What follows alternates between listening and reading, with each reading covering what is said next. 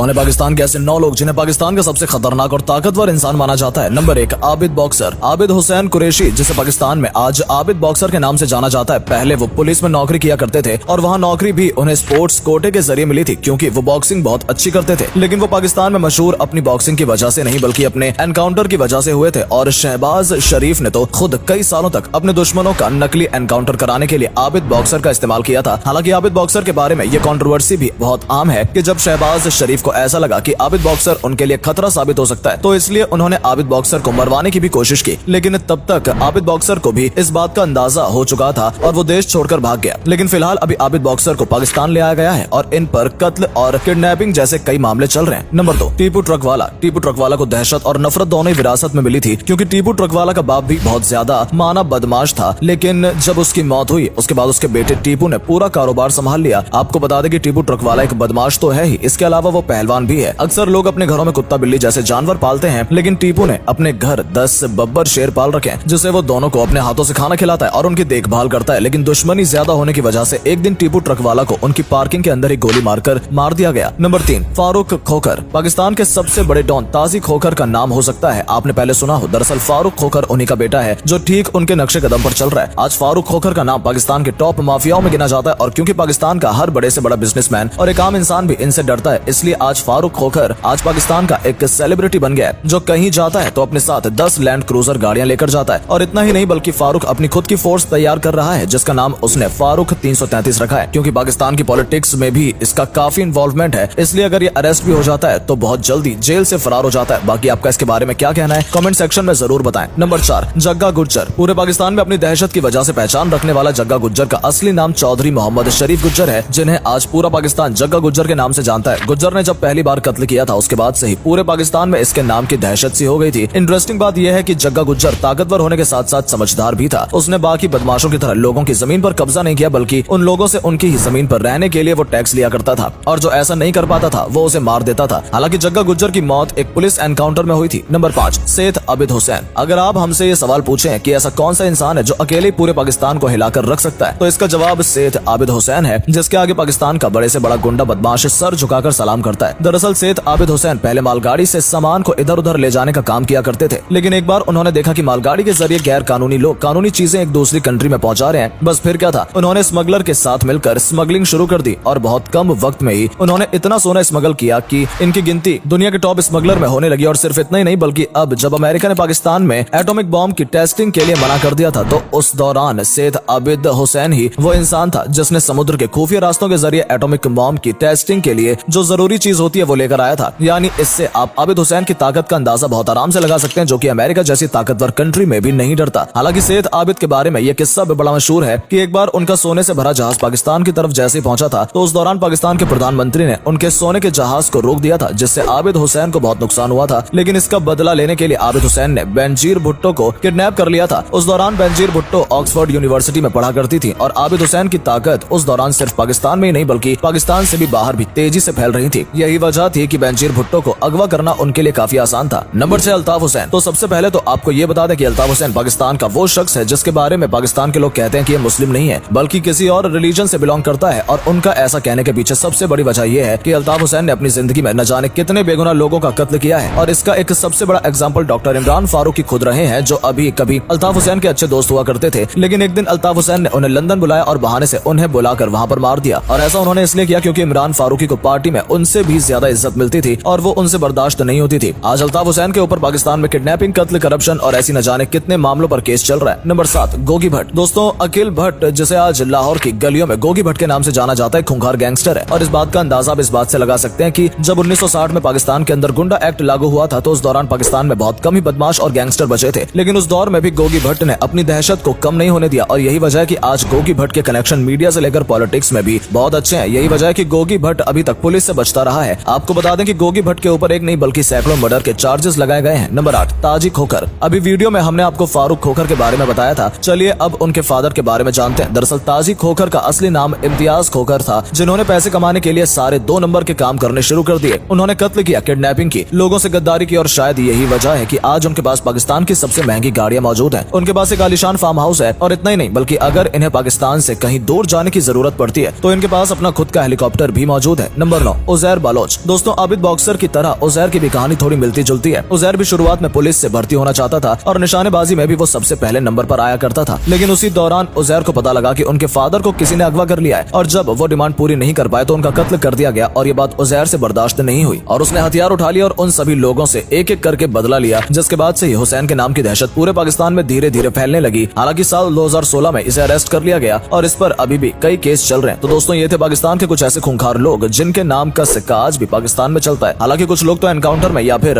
आपसी दुश्मनी की वजह से मारे गए, लेकिन जो अभी जिंदा है वो अभी भी पाकिस्तान में दहशत फैलाने का काम कर रहे हैं। और सबसे हैरानी की बात यह है कि इन लोगों के कनेक्शन पॉलिटिक्स से लेकर हर डिपार्टमेंट में है और यही वजह है कि ये बार बार बचते आ रहे हैं। बाकी फिलहाल वीडियो में सिर्फ इतना ही। अगर आपको वीडियो पसंद आई हो तो वीडियो को लाइक करें। अगर आप इस वीडियो को फेसबुक पर देख रहे हैं तो हमारे फेसबुक पेज को भी फॉलो जरूर कर लें ताकि ऐसी इंटरेस्टिंग वीडियोस आप तक पहुंचती रहें। धन्यवाद।